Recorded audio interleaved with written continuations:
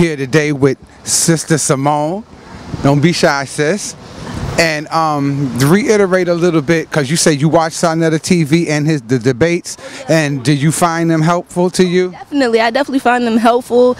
They introduce you to information that you probably never heard of before, and you can study and build on that for yourself, for your own enlightenment, and it's pretty good. I like it. So you research after you go do research? Yes, I research everything after anything I hear. I go and research it and find out for myself to see how accurate or see where the perspective is coming from, and I do research on all of that. Yep.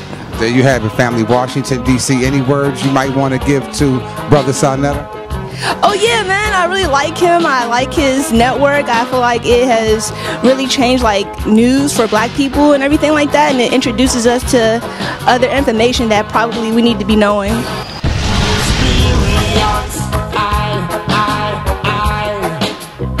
Is the best teacher. What boy, what boy, what boy. Experience, is the best teacher. What boy, what boy, what boy. Got to go through the fire just to know where you come from and where you got to go. Believe everything that you see on TV now. Can't believe everything that you read. Experience, Peace and Black Power. Welcome to another edition of Baba TV, Every Time Fire, House of Consciousness. And as you can see, family, I'm back home here in Washington, D.C. at the famous Sankofa bookstore where the movie Sankofa was filmed. The director is here. This is his facility, and it's my absolute privilege to be back in the company whenever I'm here. As you all know, I can't come here without being in the presence of this mighty elder right here, Brother Tehuti. Brother Tehuti, what I would like to start with first and foremost is talk a little bit about the great legacy of our brother Dick Gregory. Ashe. Ashe. First of all, welcome, family, Black Power, to all the listeners of Sonetta TV, Baba Every Time Fire Station on YouTube. It's a shout out to all of you. Thank you for being continued watchers of this format of information. Baba Dick Gregory. We lost one of the great ones of the 20th and 21st century during this month. I don't think anybody will ever fully understand the contributions that Baba Dick Gregory made to the African liberation struggle. You know, some of you know that Dick Gregory started out, he was a comedian, which gave him some presence, but he used the oppression of black people by white people as part of the foundation for his comedy in his early days. But Dick was Gregory was a well-read brother, a very conscious brother who looked deep into any perspective that was being given about any main event, from the Kennedy assassination, the Martin Luther King Jr. assassination, Bobby Kennedy's assassination, just all of the activities that was going on in this country. Baba Gregory wouldn't let you just take what the media was pouring out as what the event was. He gave you a more in-depth perspective and gave you information to go look at or to look up to see what the real foundation of what was occurring, what it really was. I first met Dick Gregory in 1974, February 1974. At that time, I was president of the Black Student Union at Prince George's Community College. And we brought Dick Gregory down for what at that time was called Black History Week. From that moment forward, I would run into Baba Gregory at various places. He moved here to the District of Columbia, and I was often in the audience when he was presenting information. Again, I consider him one of my mentors. He's a brother that won't be forgotten by the people because he left a deep footprint in the sands of time. His children, his conscious, his youngest daughter, I believe, Ayana, is contributing to the struggle against oppression, both with her voice, her artistic talents. Again, my heart goes out to his family, and again, for the African nation here in America and Africans worldwide. We lost a great one. He's ascended to the ancestors, and like someone else has already said, I'm sure that a lot of folks up there right now having a good time laughing at Dick's perspective and how he reforms the information and explains what happened during his lifetime while he was on this side of the veil and other things that's still going on today. We lost a great one. And to young folk, again, look back at his career, and there's another person that can be emulated, that can look at how he did it, and that'll give you a way of understanding. Sometimes you can break down barriers with comedy, but be talking about some very, very, very serious things. So the biggest shout out that I can give to a great person, this is the second mentor of mine that I've lost in the last couple of years, from Doc Ben to Baba Gregory. I just feel privileged as a man of my age to have lived and interacted and personally known the giants of our race during the last half of the 20th century and first part of the 21st century. He was a great brother, and I'm sure that the world joins with me in mourning the loss of Brother Gregory. All right, Brother Tehuti, you mentioned you were head of the Black History, what was it, at Prince George's County? Hey, I was president of the Black Student Union. President of the Black Student Union. As someone who has degrees and went to college, what word could you give to the young people in terms of how important is it to get a college education? Well, Baba, you said the key word. The most important thing you can do is get an education at whichever level. A high school education is very important. A college education can be even more important if you get educated, as opposed to getting socially engineered, because most of these institutions of learning are not really geared to educate you. Most of them are created to socially engineer you so that you come out of those institutions with a very specific perspective. I'm sure that most of the listening audience have heard this phrase. You need to get a high school diploma so you can get a good job. You need to go to college and get a college degree so you can get a good job. The purpose of education is not to get a good job. The purpose of education is to enlighten yourself. You know, like a job should not ever be associated with while you're in school to get educated. Now, you can get trained. You can be trained to become a doctor. You can be trained to become a dentist. You can be trained to become a CPA. You can be trained to do a lot of skilled work in a country.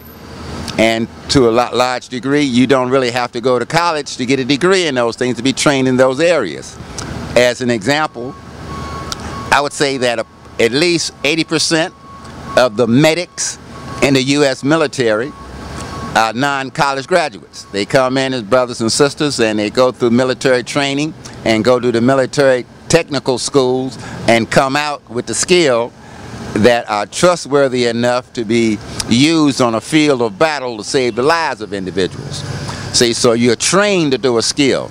You're educated to develop your mind. And once your mind is developed, an educated person can learn to do a lot of different skills.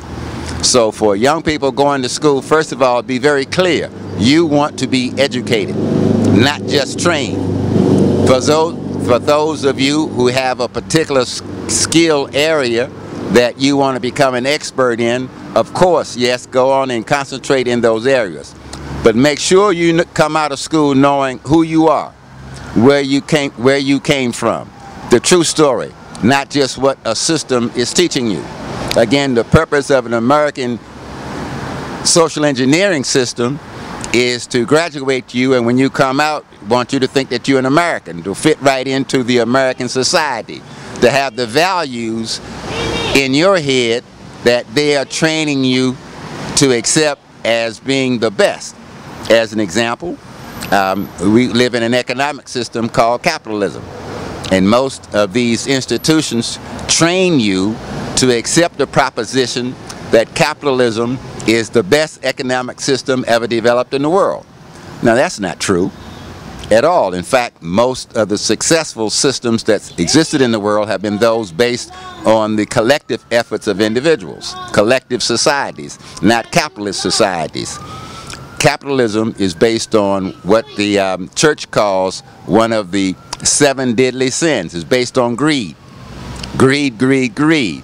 It's reflected in the person who sits in the seat of the presidency of the United States today. A person who got to where he is by greed, who lies, cheats, is false in every kind of way to, at all costs, pile up more monies and more monies. Even to the extent where he would betray the interests of his own country, almost to the level of treason, getting the help of the Russians, all right, to help him achieve the office of the presidency of the United States. So again, understand as you go off to school, education is very important, but understand what education is.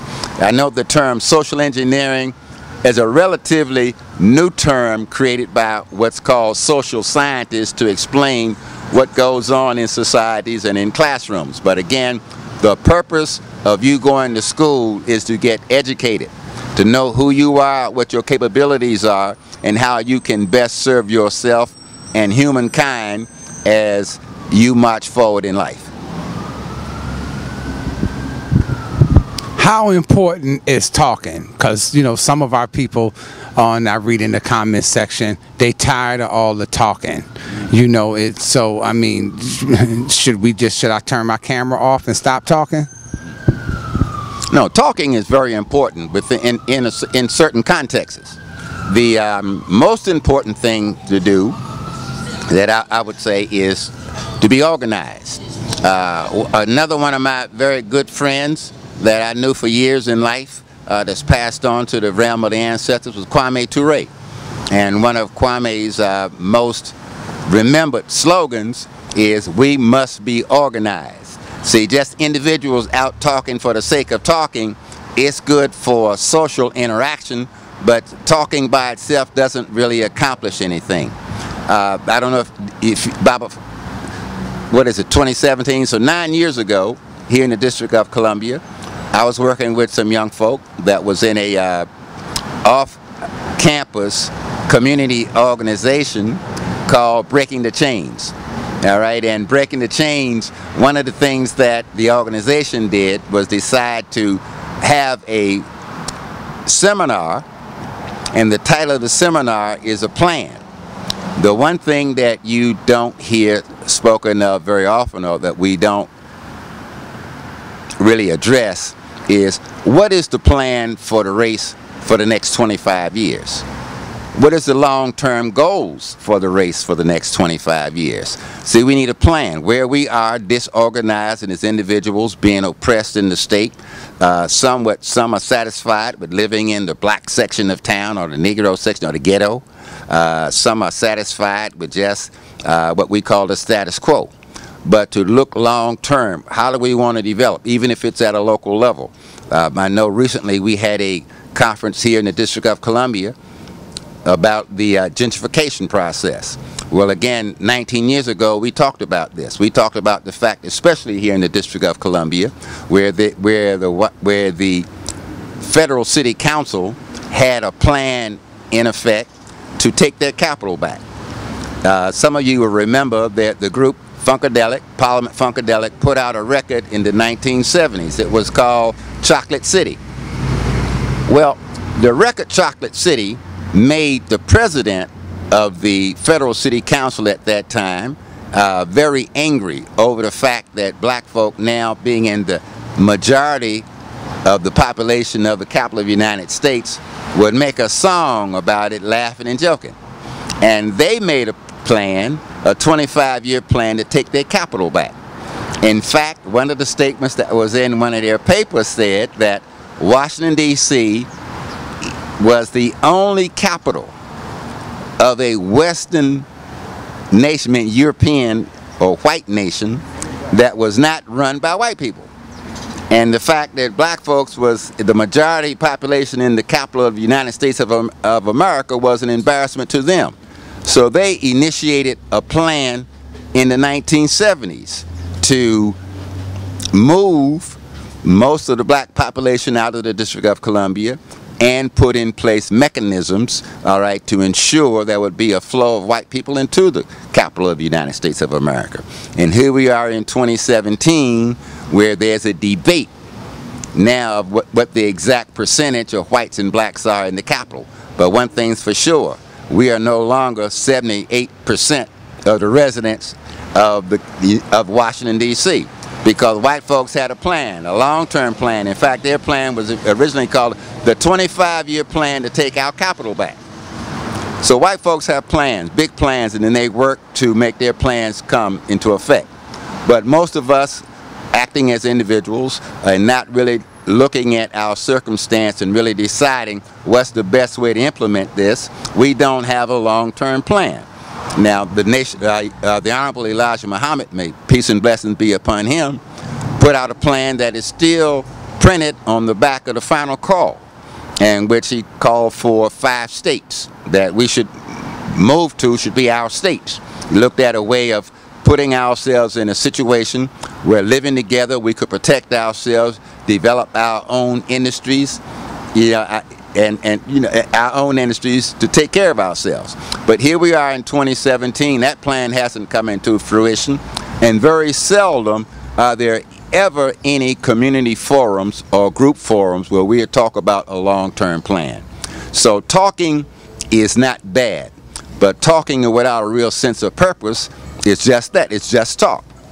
So the idea for young folk now, look back over the last 25 years, or the last 40 years, or look at what has happened to us since what I call the success of the civil rights movement, that moved from, again, 1896 until 1965, when African Americans finally got it passed into law, the 1964 Civil Rights Act, and a year later the 1965 Voters' Rights Act.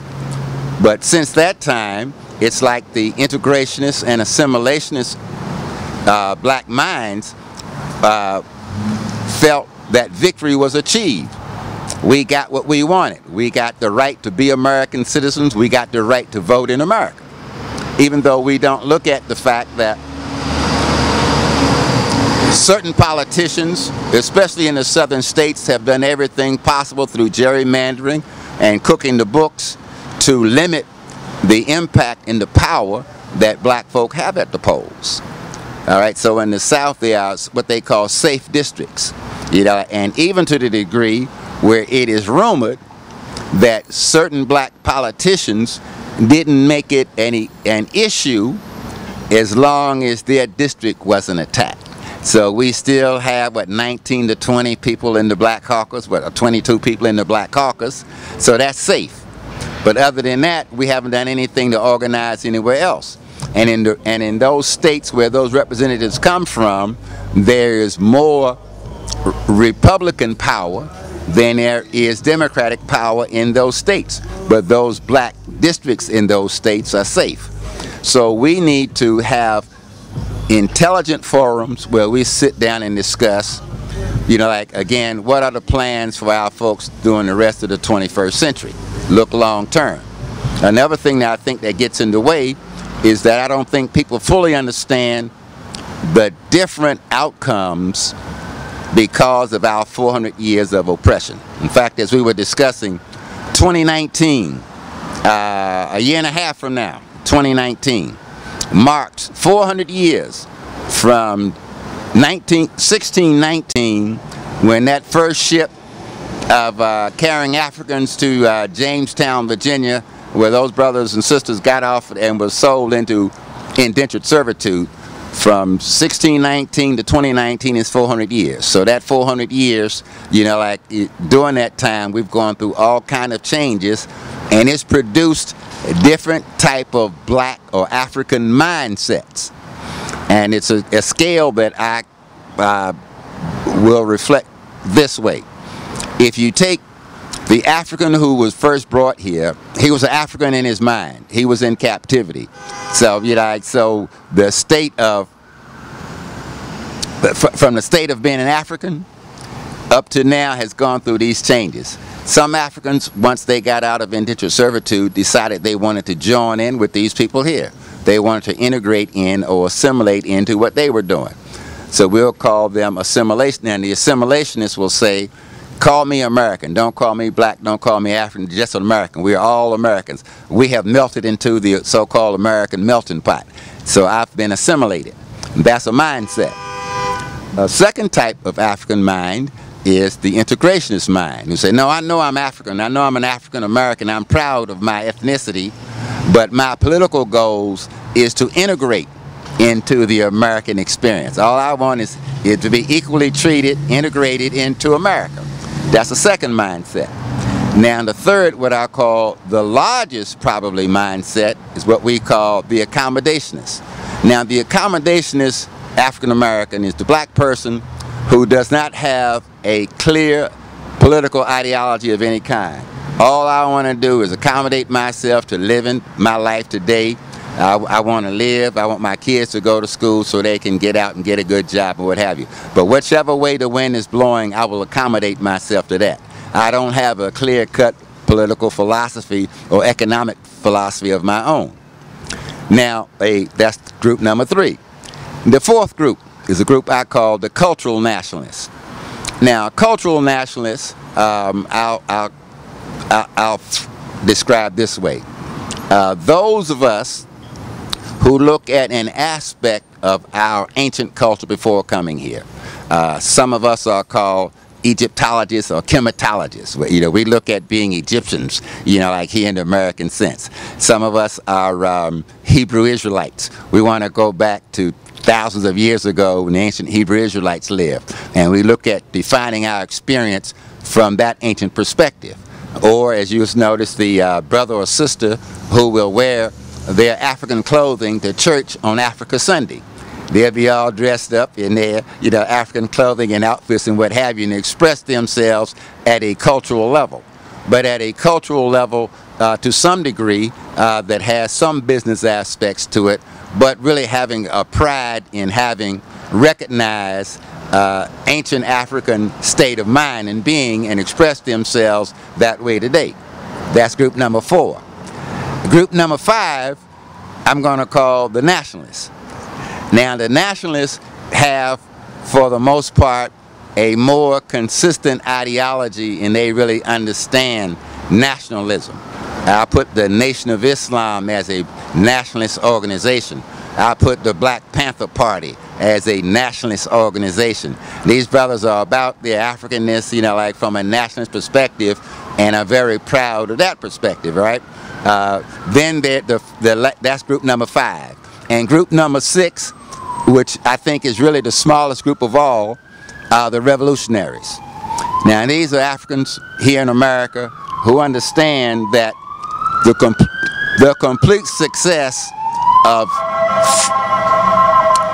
freedom for our people and creating a new perspective can only take place with a complete revolution. We need to tear down this capitalist economic agenda, break up the international cabals that are oppressing our people, not just here in America, but in the Caribbean and on the African continent. We need a complete worldwide revolution because we're living in a time when the intellectual level of the peoples across the world are higher than it's been in the last 500 years. We have technologies like social media and things and tools that we can use today to really talk intelligently about what has happened to us, to talk intelligently about the best prescription for bringing about a worldwide order that really moves off of the point of greed of a limited few individuals to what is fair and just for the world's population. Now, those are 6 different perspectives. So in order to understand those, in order to understand, to create a plan for moving forward, you have to understand that we are not a monolithic thinking people. We all don't think alike. We come from different perspectives. And that's one of the reasons for some of the confusion in our community. Sometimes the cultural nationalists want to attack different people here, there, and the other. Sometimes the nationalists want to attack people here, there, and the other, you know. The victory of Barack Obama to the American presidency achieved what the assimilationists and integrationists have been about for almost 400 years. So they say their American dream has been reached, and the rest of the groups are just mad because they didn't get their way.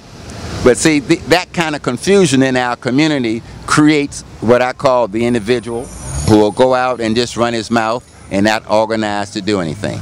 Again, the key in 1972, again, is Kwame Ture and a lot of the brothers who were veterans of the civil rights struggle of the 60s before the FBI really turned on and started killing and putting out warrants to get people killed. When Kwame and others came back to the country, the first thing this group of brothers did was call on as many veterans from the civil rights struggle and move our struggle to a new level. They created the All African People's Revolutionary Party for the express purpose of raising the consciousness of black folk to a new level. African Liberation Day held in May, on May 19th, or May 25th, signifying the anniversary of the liberation. I think it was Ghana was the first country freed, May 25th, 1956, of African Liberation Day, in observing that victory and giving us a chance to have a full weekend of seminars and activities where we discuss plans for the future.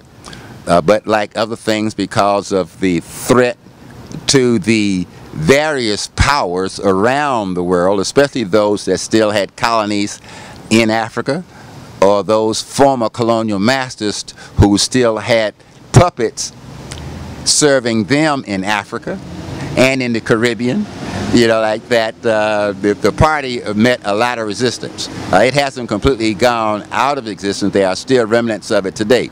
But again, we have to think in a new way so that when we do talk, we are talking about solutions to the problem from an informed perspective. So you cannot get informed without studying and having interaction with other people. So what is done on YouTube, Facebook, on outlets like Baba TV, Sarnetta TV, and the other outlets, it's all good in hearing perspectives. But talking alone won't change anything, especially if you're talking without a plan in mind, or talking without a plan to organize in order to change things. Change takes an organized effort. So it's good, as I mentioned to you earlier, I'm still a Bob Marley fan, and I think that this brother was very insightful and got divine inspiration in some of his lyrics. But you remember there's one of the lyrics that every need has an ego to feed. Do do do do do. All right. Well, see, Facebook, YouTube gives an outlet for individual egos, especially if there is no long-term plan and it's not done with a sense of purpose. Which you said that you wasn't bad. Elaborate on that. That I'm not with you? Right, then you said that wasn't a bad thing about the ego. You said, I'm not going to fault our people for that. No. Okay, no. Now, I'm not saying that it's bad. Again, I'll go back and reiterate it this way. Okay. We have to talk to find out where we're coming from. We have to talk in order to show our brothers who think differently from us, I respect you. I respect the fact that you don't have the same perspective as I at this time, but I want to talk to you about that. So yeah, I want to give you some information. I hope that I can raise your level of consciousness to a place where mine is. And the only way we can do that is to talk to each other. Again, I mean, there are so many young brothers that's appeared on this network that I've watched. Brother Sankofa in New York was one of Sionetta's right-hand men. Red Pill, Brother Reggie. I mean, even with the dispute going on in the conscious community about different perspectives, it really takes talking to each other in order to solve the problem. So talking is not bad. In fact, again, I think one of the best outlets and the best usages of today's technology, social media, YouTube, Facebook, and those kind of things, was the creation by Brother Sionetta, Sionetta TV. I think that that allowed, he launched you and a whole lot of other people. So many others. There you go. I mean, even when there isn't agreement, if you could get past the hollering, you see, a lot of the raised voices that one might hear in discussions like this on the media, that's a reflection of the state of mind of some of us. See, being oppressed hurts. It's painful in one's heart. You know, like, and I mean, you know, like you almost want to go out and get you an AK-47, you know, and just turn it on and start killing people. You're so angry. You know, like, so when you get a chance to express yourself and someone doesn't agree 100% with what you're saying the way you say it, sometimes, you know, like the voice in exchange gets rough. But, you know, like, but the brother is not your enemy. You know, again, somebody did that to and created that state of mind in you. So the only way we're going to have a higher level of understanding is to talk to each other and to try to listen to what the other person is saying. Once you listen to what that person is saying, now you have a foundation for some understanding between the two of you. So no, talking is not bad. The only way that the world is going to know how most of us feel is getting a chance to hear us express ourselves. Beautiful. And while we're on what the oppression has done to us, let's switch gears and in terms of business. Now, you were saying earlier about, you know, we can get the money, people can give us money, but we need something instituted in terms of how to manage the business. Something needs to be put in place. The business as people need to be put in place to show us really how to manage and maintain the business. Talk about the importance of that. Okay, good. Yeah, what I was speaking of, we need to have a African Business Development Clearinghouse. And I mean, if there are these good brothers out there in the world who are making millions of dollars from either as entertainers or athletes or what have you, and they want to make contributions to things, oftentimes I've heard it said over the last 20 years that it's hard for them to give monies to certain peoples because they don't think they can be successful with it. And to some degree they might be correct. I was saying, if we had these contributions made to an African Business Development Management Fund, and we had this management fund actually go into partnership with individuals who want to start businesses to ensure over the first 10 years of the business they have the best possible management ideas behind them to help them be successful, so that we could clear that. The money is not going to be wasted. An individual is not going to make his first, you know, like $20,000 and go out and buy a Cadillac, you know, like or a big gold or a diamond earring to stick in his ear and stuff of this nature, wasting the monies.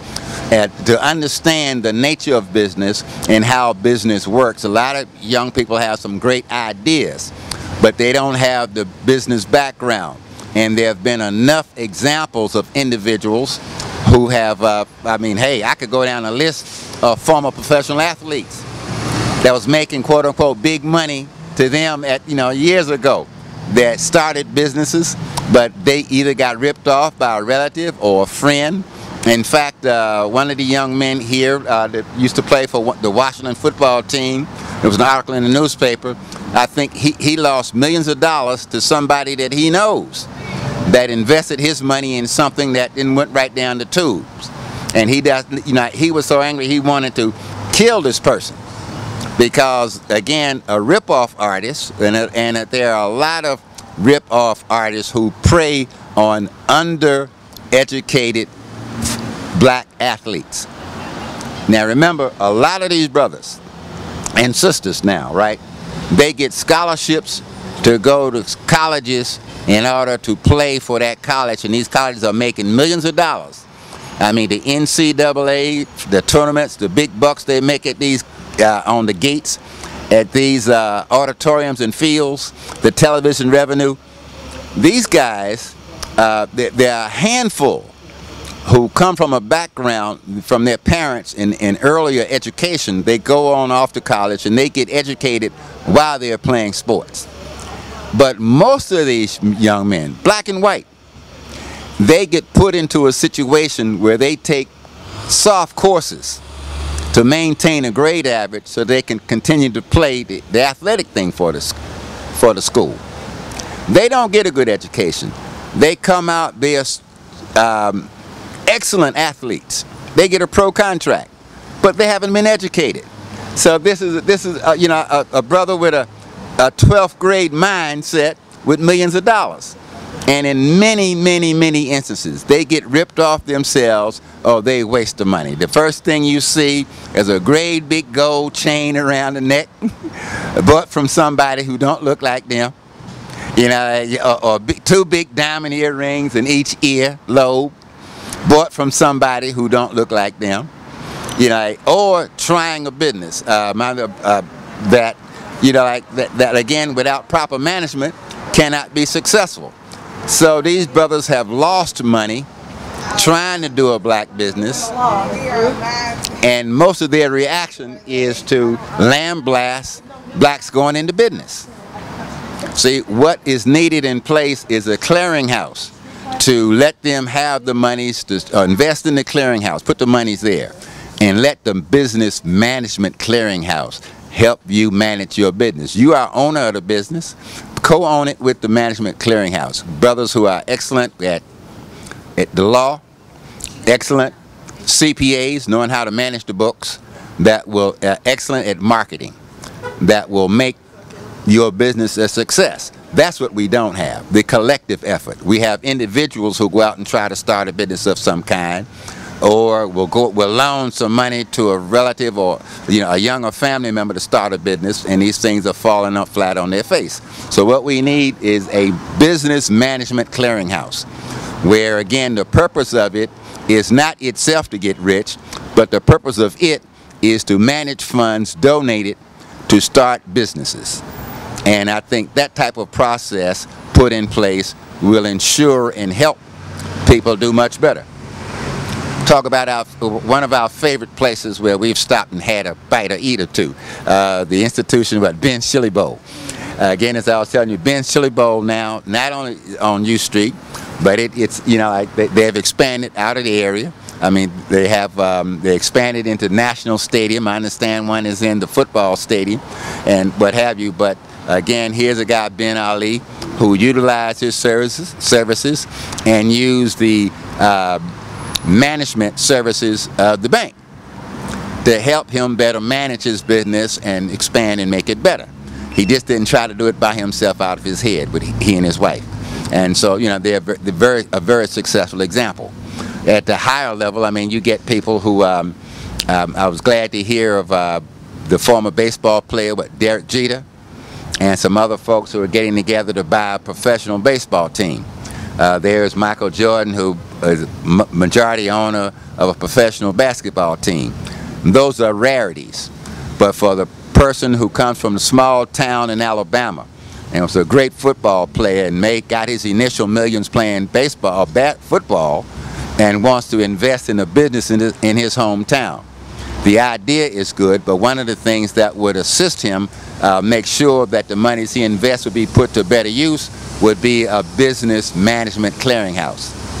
And I'll say one other thing. The other thing that it could also help is letting a lot of the athletes know what type of businesses or charities are available to help inner city kids and other people who are in need of help around the country, so that when they donate money to a charitable organization, they can donate monies to a charitable organization that's really helping young black kids move forward in life, instead of having their agent, their lawyer, or somebody else donate monies in their name to the lawyers or the agent's charity. See, it's a tax write-off, but you want to do this in a way that you're really helping people, and you want to have a clearinghouse that can direct the funds to very successful enterprises. Brother Tehuti, talk about what's going on down in Charlottesville. Well, Baba, I grew up in Virginia. My mother moved to Virginia when I was 2 years old, and I grew up in the Commonwealth of Virginia, the capital of the Confederacy. All I knew from 1946 until 1961 was the racism of whites in Virginia. So in Arlington, Virginia, where I grew up, there was a house in Northern Virginia occupied by a guy named Rockwell, I believe, but he was head of the American Nazi Party during the 50s and early 60s. So I grew up under the intimidation of white supremacy and racism in Virginia. So seeing the white power structure of the neo-Nazis, the Ku Klux Klan, and the alt-right, whatever other names they give themselves, select Virginia and Charlottesville as a place to take a stand, their first major stand under the Donald Trump administration, didn't surprise me. The venomous rhetoric on Friday night, the fact that these crackers would come to Charlottesville and walk through the street with lit torches at night, that's all classic KKK activity during the what's called the post-Reconstruction era, up through the post-World War I era, through the Great Depression. See, it reminded me of all of those things. So seeing it occur in Virginia was no great surprise. Seeing it done in the name, disguised under the banner of wanting to save the statue of a person who would otherwise be considered a traitor to the United States of America, who broke he was a graduate of West Point, United States Military Academy, and who broke his oath not only to the United States government but to the United States military, and went and fought for people who decided to commit treason and to try to break away from the United States. You know, these racists tried to reframe the context of what they want to say, that the Civil War was about states' rights. It wasn't but one right that the states of the South was trying to save and fighting for, and that was the right to make Africans and keep Africans as slaves. They didn't have no problems with none of the other laws, anything. The one right that these states wanted and that they were fighting and committed treason for was to keep African people in the institution of slavery. So seeing all of this take place in Virginia brought back a lot of childhood memories and some of the worst memories of the civil rights struggle. It brought back the 1954 lynching and murder of Emmett Till to my mind. It brought back the, was it Bessie Smith's song? Forgive me if I got the wrong artist, but Strange Fruit. You know, talking about the lynchings, the hangings. It brought back a lot of very ill, now not Nina Simone, it was Bessie Smith, it was a blues singer that went to the South. What's the sister, Diana Ross played her in the movie, her life story. But it brought back a lot of those type of memories. And again, once you have had a candidate run for the presidency of the United States with what they call dog whistle terms and a wink of the eye, appealing to the white nationalists, the worst element of the undereducated poor white trash of this country. He appealed to them, and they fell for it. And they thought they could come out openly and express themselves because they had their man in the White House. As David Duke said, we voted for him, and he knows what we want from him. And he knows what they want from him, and that's why he didn't repudiate them by themselves. There were good people on both sides. Well, what type of good white person walks down the street or rallies with neo-Nazis, Ku Klux Klanners, and that kind of ilk? And a white boy with the KKK with dreadlocks. Oh, yeah. Did you see that? That confusion. Well, again, see, the ignorance of oppression will lead you to all kind of crazy things. I'll tell you something that I was called on about a statement I made that, you know, that probably 10% of these white folks is out demonstrating the hardest against for white supremacy, probably have one drop of black blood and are passing for white. And oftentimes they're trying to be the meanest person out there because they don't want their friends to know that they have that one drop of black blood. Here's a message to all of white America. The circumstances of the captivity of African people in North America, especially in the 13 colonies that became the United States of America, one of the things that white people can't get away from at all is the fact that most of those white men loved having sex with black women. See, it wasn't rape like, you know, like out of some meanness, something happened to you so you just want power with somebody so you're going to rape them. They were having sex with these women because the sex was good to them. All right? And doing that, they created a circumstance where a lot of the offspring produced because of those rapes of these black women, right, look like them. You can't tell that some of them have this one drop of black blood in them.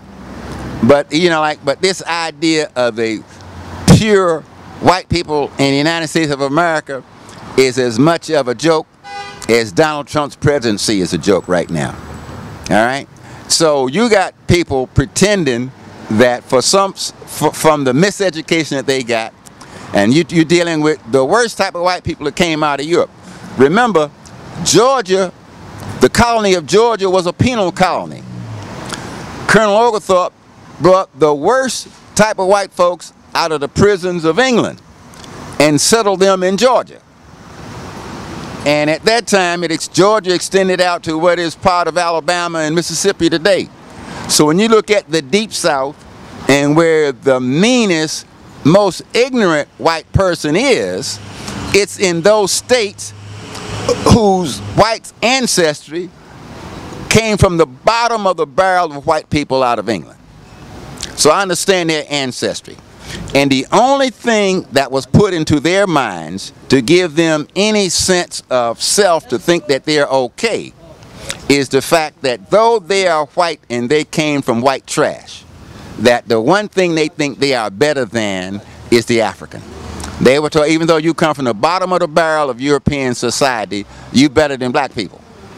And so the only thing that these people who are descended from those type of white people have to hold on to is the miseducated and backward notion that they are somehow better than somebody else. See, their ancestry won't hold up to that test of time. See, and again, they don't need to be mad at us. We didn't put them in the prisons of England. We didn't put them on the prison ships of Colonel Oglethorpe and brought them over and put them in the penal colony of that time of the 13 colonies. The penal colony was Georgia. And not just the boundaries of the state of Georgia today, but the extended boundaries of what's the colony of Georgia, like I said, was stretched out into what's part of Alabama and Mississippi. So when I look at the whole Charlottesville incident, I put it in that context. And again, you have these people whose ancestry tells them that they come from the bottom of the European barrel, that the only thing that's in their mind that they think that they're higher than in the world is us. And that's really a joke. See, the joke is on them and they don't even know it. And here are people whom, in a country that lost hundreds of thousands of white soldiers in Europe fighting against Nazism during World War II. These white people have the audacity and the nerve to use the Nazi name and symbolism to try to assert they have some kind of rights in this country. See, but it wasn't just white GIs from the United States that died in service to this country fighting Nazism. See, they still don't want to address the fact that the Africans who enrolled in the United States military, that went over and helped them win the war, they don't want to talk about the brothers at the Battle of the Bulge who came in with that tank battalion and broke out the Americans who were surrounded by the Germans. Those were brothers that was in Patton's army that broke through at the Battle of the Bulge and saved them from the Nazi Holocaust. They don't want to address none of those kind of things. So when I look at the ignorance of white Southerners and the descendants of those white Southerners that moved out to the west and the far west, Idaho, Wyoming, Montana, you know, in those areas, I know who they are. And I understand what's going on in their heads. But the one thing that they can't see, they are undereducated. In fact, they are miseducated. They don't know who they are, and they don't really know what they're fighting for. But the one thing that I don't think that will ever come back into fruition in this country, I don't think that the majority of white folks let that group of white folks take over this country. And the one thing that's been made clear by the wavering of their president in his speeches, trying to figure out how can he condemn the violence without condemning the people that voted for him and put him in office, Donald Trump. See, he's the one caught in the dilemma, and everybody knows it. See, remember, ask the brothers up in New York City about the number of lawsuits that black folks had to make against the Donald Trump enterprises because he wouldn't let black folks move into his buildings. See, this boy has been an outright white racist a long time.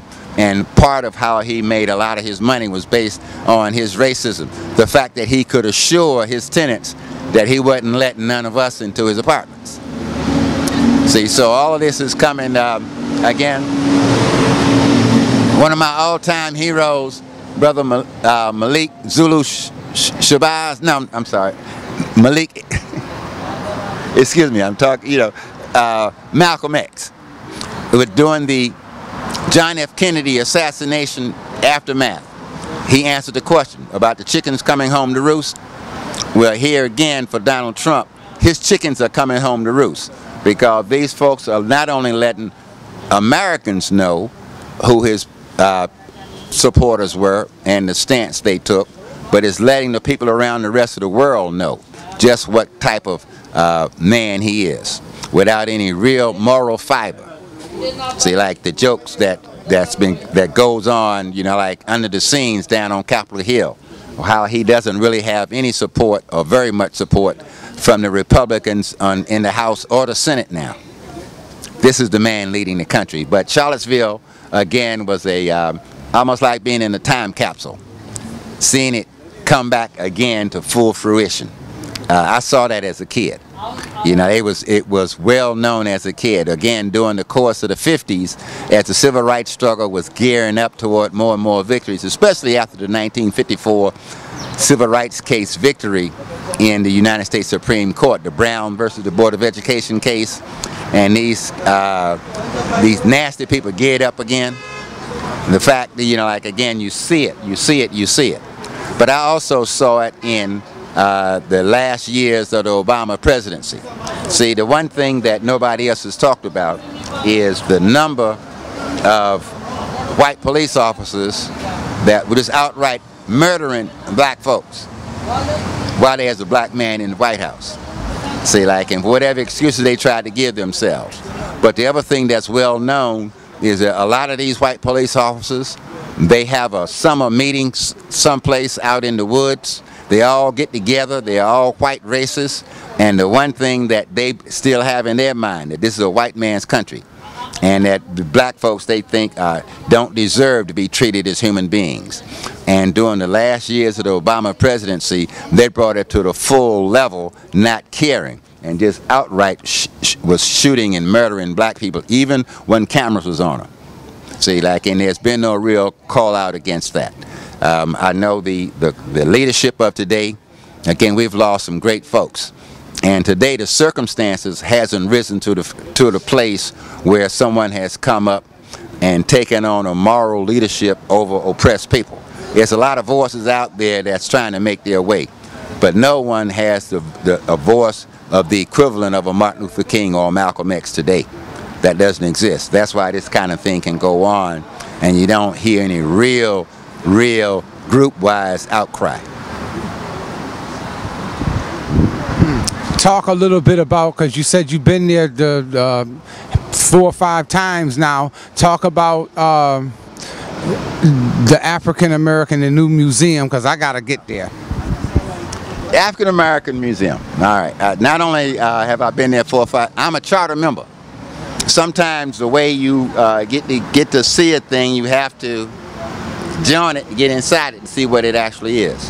I specialized in the history of black people when I went back to school. I got my first degrees in engineering.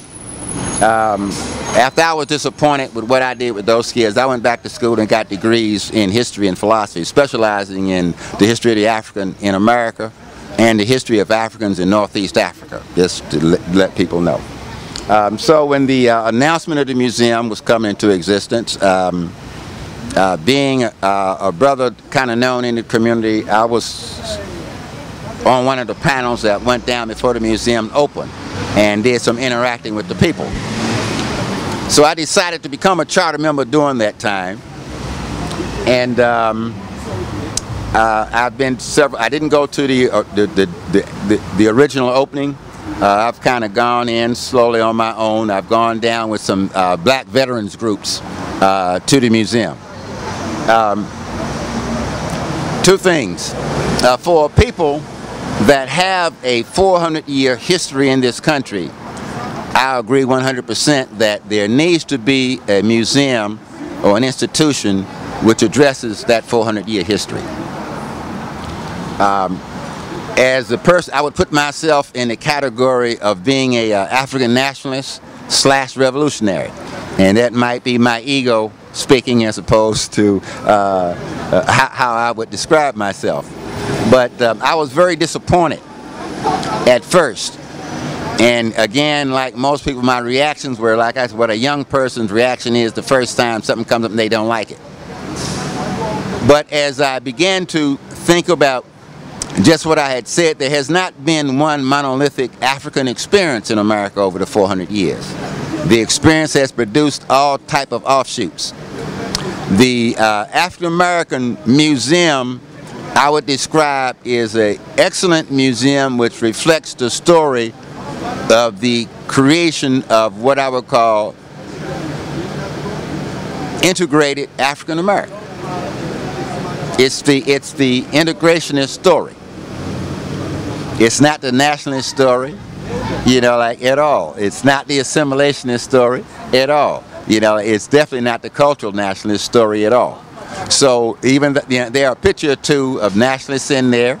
There's a picture, I saw the African Liberation Day parade of 1970. I think that was 1974, 75. So there's a photo of the march on the White House and going back up to Malcolm X Park. But the story is the integration, the blacks' integration themselves into American society is what it is. There are a lot of artifacts that some famous, black people had that are down there on display.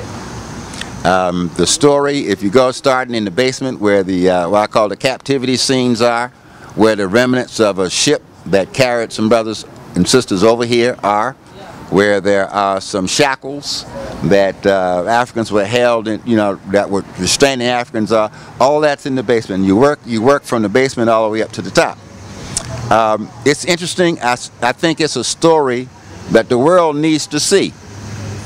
And over time, I predict that African scholars, young African scholars in some of these institutions, like Dr. Greg Carver at Howard University, the chairman of the African American Studies Department, that more brothers and sisters like that will become employed at the museum, and over time the museum will take on a different flavor.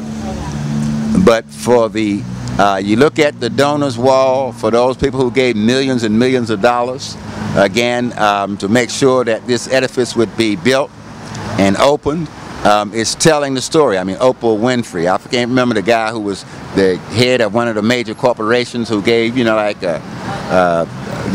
of dollars. LeBron James gave millions of dollars to this. There are a lot of people who gave their monies, their blood, sweat, and tears to make sure that this museum opened. There are some very, very, very interesting venues and some very interesting perspectives. The cafeteria is good, the food choices are good,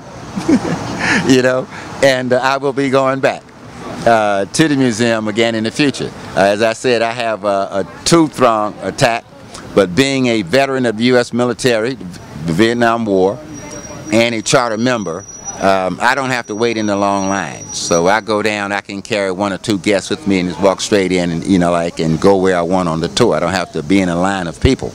I would suggest, again, everyone, black, white, purple, green, yellow, Native American, and what have you, come through and take a look at the museum itself, that you'll learn something.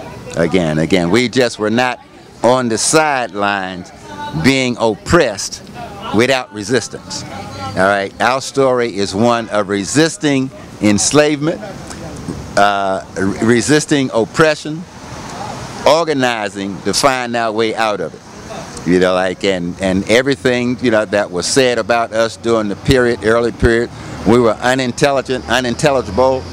Again, we began to see what kinds of things we did, to fight back. There are many, many, many stories that are not there. But like I said, I understand the scope of time. Something had to be in place for the opening.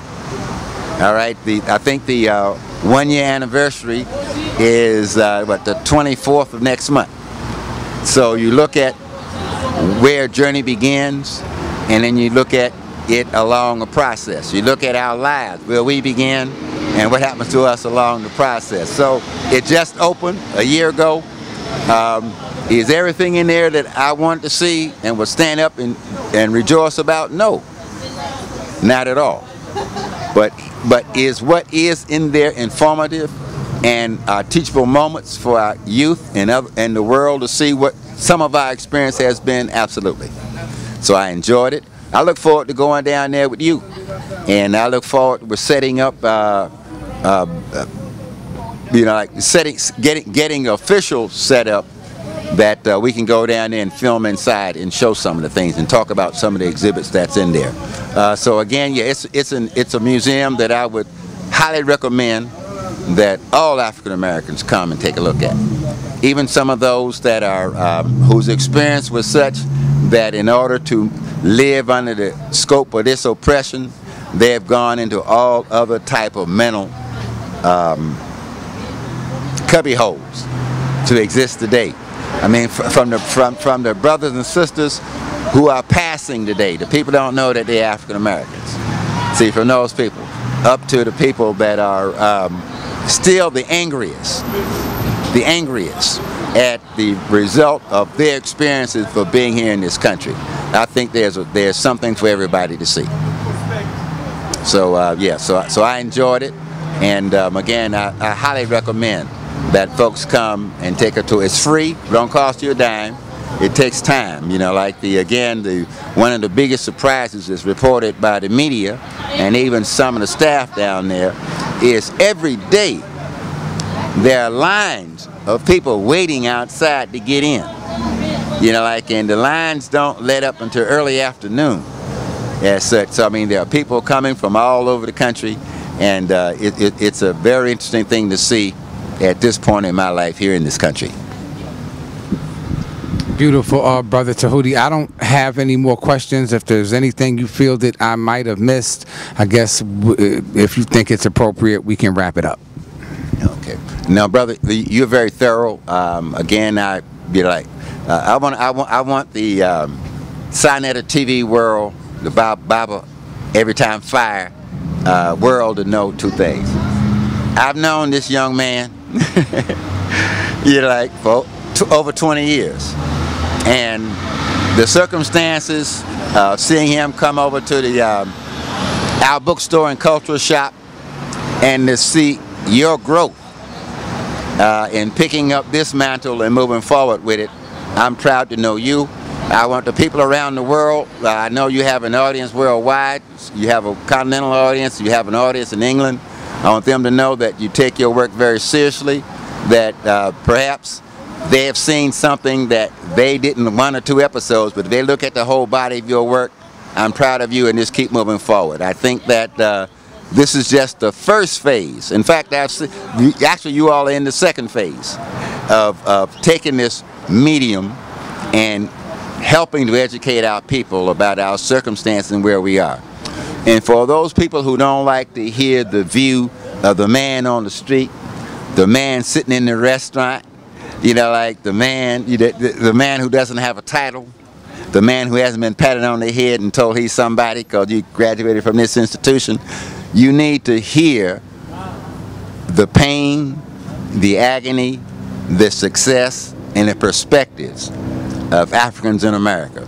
Because after almost 400 years of this type of oppression, you'll find that we fill out the whole gambit, from the highly intellectual to the brother who probably can't read but who can still talk. But that's my view, and again, I just thank you for taking time to ask me to sit down and spend a few minutes with you. Keep up the good work. Keep up the good work, because it's something that our community needs. Thank you very much.